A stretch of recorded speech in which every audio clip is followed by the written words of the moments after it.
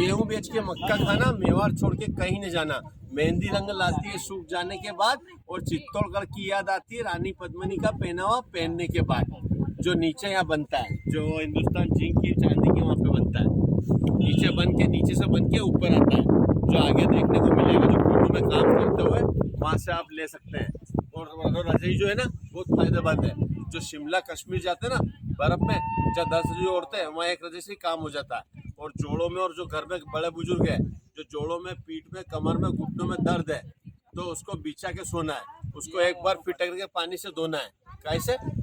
फटकरी के पानी से 6 लीटर पानी लेने का, 1 चम्मच फटकरी डालने का, फटकरी घुल जाए फिर उसको डुबो के झटक दीजिए, जो उसमें से केमिकल हट जाता है और चंदन की खुशबू चालू हो जाती है, जो शादी ब्याह पूजा पाठ वगैरह में शुभ मानी जाती है। क्यों? क्योंकि रानी पद्मिनी देवी हो गई थी जिसने वरदान दिया था जयमल पत्ता को, जो गर्दन कटने के बाद भी धड़ के बल लड़ते हो गए थे। तो एक रानी ऐसी भी थी, हाड़ी रानी।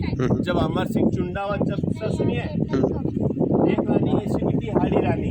जब अमर सिंह चुंडावत जब युद्ध पे जा रहे थे, तो रानी को संदेशा भिजवाया कि हे रानी, मुझे कोई ऐसी निशानी दो जो मैं युद्ध पे जा रहा हूँ, अगर मर भी जाऊँ तो मुझे गम न हो। तो रानी ने खुद अपनी गर्दन काट के थाली में सजा के पहुंचा दी कि जाओ लड़ो मातृभूमि के लिए, मुझे याद मत करना। क्योंकि बताओ, अगर इसलिए राजा का मन विचलित हो रहा था, अगर मैं चला गया तो मुगल लोग मेरे मर गया तो मेरी रानी को अपनी रानी बना लेंगे।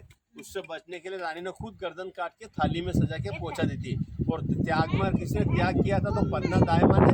और दानवीर में कोई दानवीर था तो वीर बामा शाह, जो मारवाड़ी थे, जैन, जिन्होंने 80,000 असरपे और 25 लाख रुपए डोनेशन दिया था। जो महाराणा प्रताप नीचे घास की रोटियां खाई, उनका पूरा जीवन जंगलों में बीता, वो कभी शाही महल में नहीं आए, कभी राजभोग नहीं किया।